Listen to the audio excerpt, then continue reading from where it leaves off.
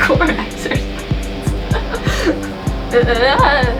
Hello lovelies, we are here for you today to review for you Oblivion Song by the one and only Robert Kirkman. If you guys are not familiar with Robert Kirkman, he is the creator of The Walking Dead, Invincible,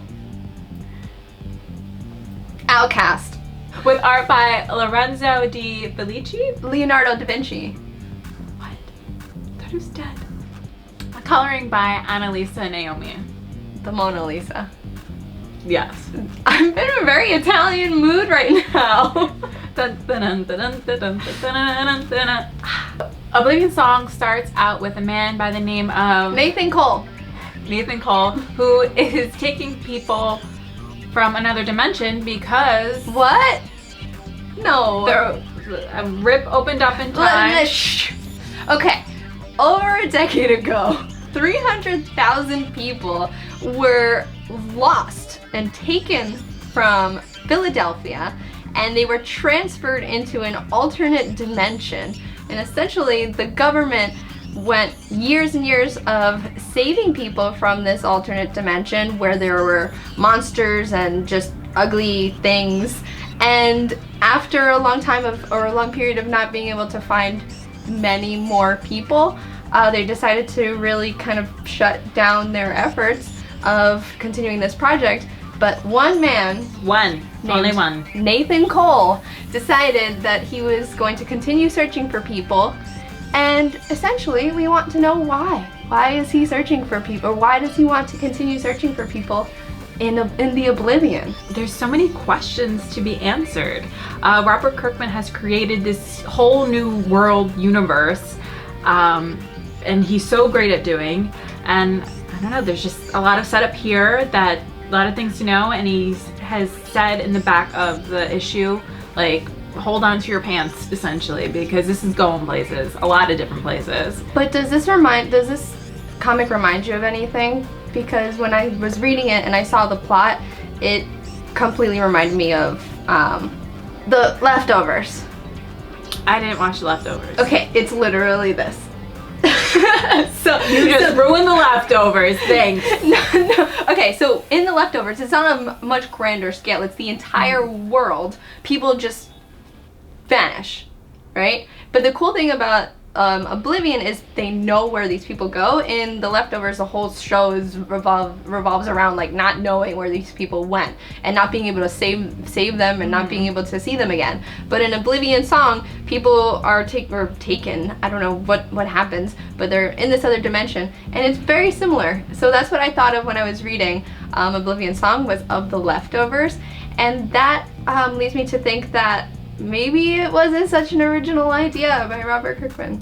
He said he's written this for a long time, yeah. For a long time. So he already has 13 issues done and ready to go and ready to like be out there. He said he was waiting on his artists and colorists to when they had time. Oh, he already knew who they were gonna be? Yeah, I think he knew it was gonna be Lorenzo, and I'm pretty sure he knew he wanted Annalisa to do this. So I don't know, it could be similar. There's a lot of TV and a lot of books based on people disappearing. Yeah, and, definitely. You know, showing up again or not showing up again. And I think things do take influence from other art forms. But Robert Kirkman does fall into both of those writing styles, since he does write for the TV show The Walking Dead and of course the comic series.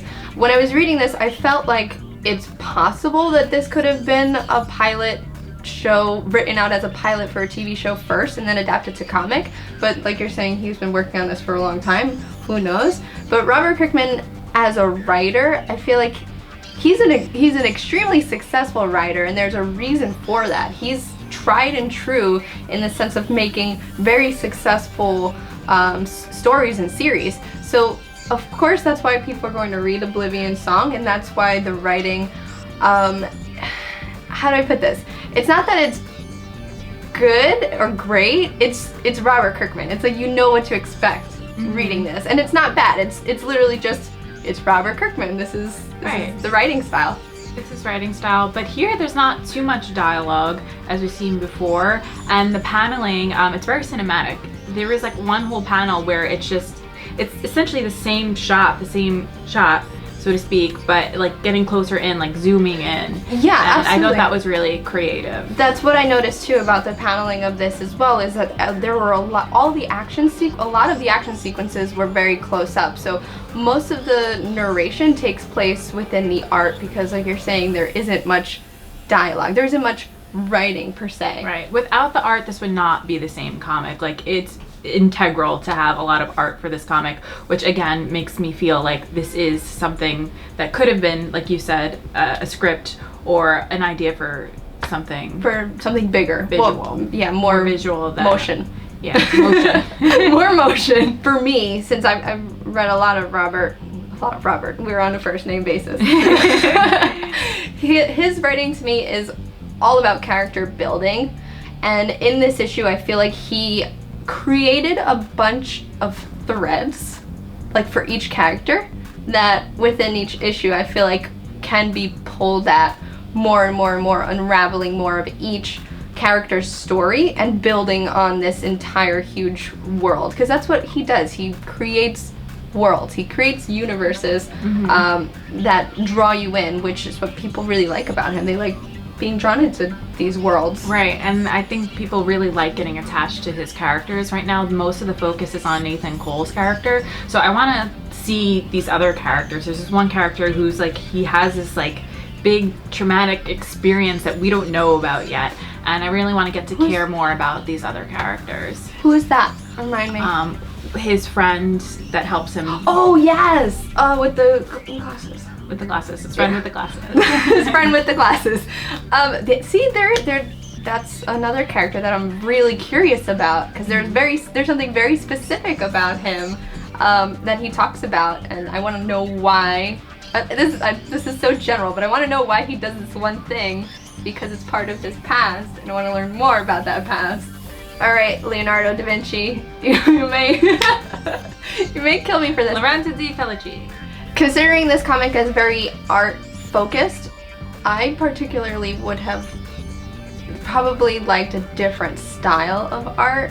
And this is going to be the second comic that I feel like we're going to be opposite on this. Okay. So the art for me is very cartoony, and with Robert Kirkman I'm very used to a grittier style of drawing and of detail, and this is extremely detailed. However, I feel like the characters themselves, the facial expressions, the faces were not attractive. They were very ugly to me, and I understand that the detail could be used to help the story in terms of making them look so tired and just drained because of all the stuff that they've been through. But I'm not 100% on board yet. It's something that I'll probably just get used to. I think you'll definitely get used to it. The only thing, I don't really feel that it was cartoonish, so to speak. I definitely felt like it was kind of the style that Kirkman likes and is, used to using. In terms of like their faces, you could see the grit, you could see the dirt, and that really adds to the character and how tough this world has been on them. I definitely think that was on purpose, and I think I remember reading Lorenzo saying that he purposely made Nathan Cole's character look like a regular everyday guy if he were to take off his whole like suit and costume and cape and everything, which I thought was a really cool choice, and I feel like it might be like a little bit of like foreshadowing to what's to come, and to see like what his past was like and who he was as a person. Something that I actually thought about when I was reading this was it kind of gave me a little nod towards a veteran's life after war, or like a post 9/11 world kind of feeling, where people just are still so they don't know what to do with a terrible traumatic experience that they've witnessed or have experienced. Like, that's kind of what I felt from this in terms of grittiness of the story. So definitely wanted to point that out.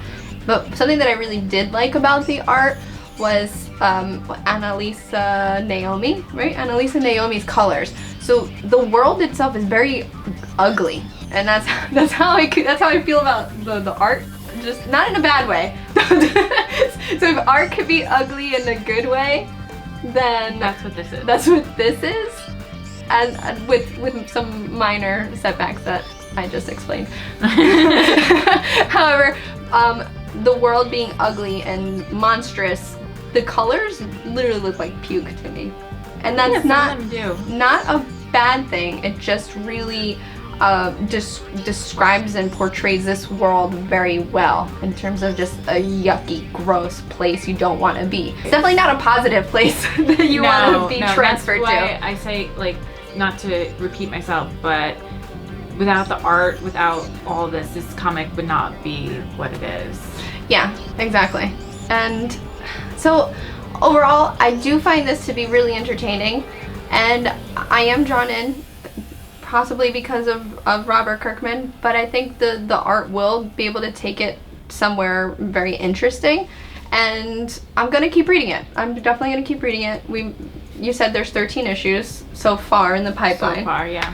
The next issue comes out on April 11th, so we're definitely gonna pick that up and continue reading it. Mm-hmm. But yeah, I did find it to be entertaining, and it's strange because I say that with, like, I'm not 100% on board, right? Because people online are like really raving about it, like raving about this, and I'm just like, I'm not there yet, but I think I will be there.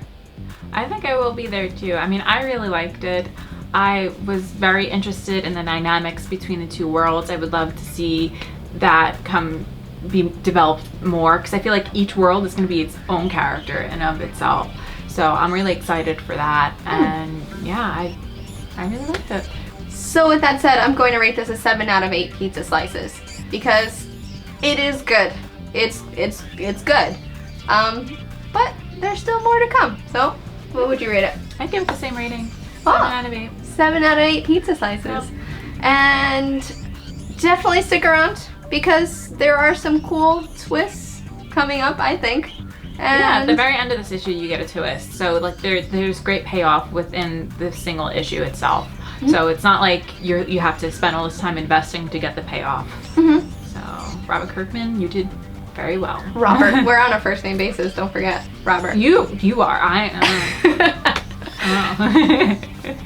Alright, so that's all we have for today. Don't forget to like, comment, subscribe, hit that bell. And we go live on Sundays now and talk about coffee and comics.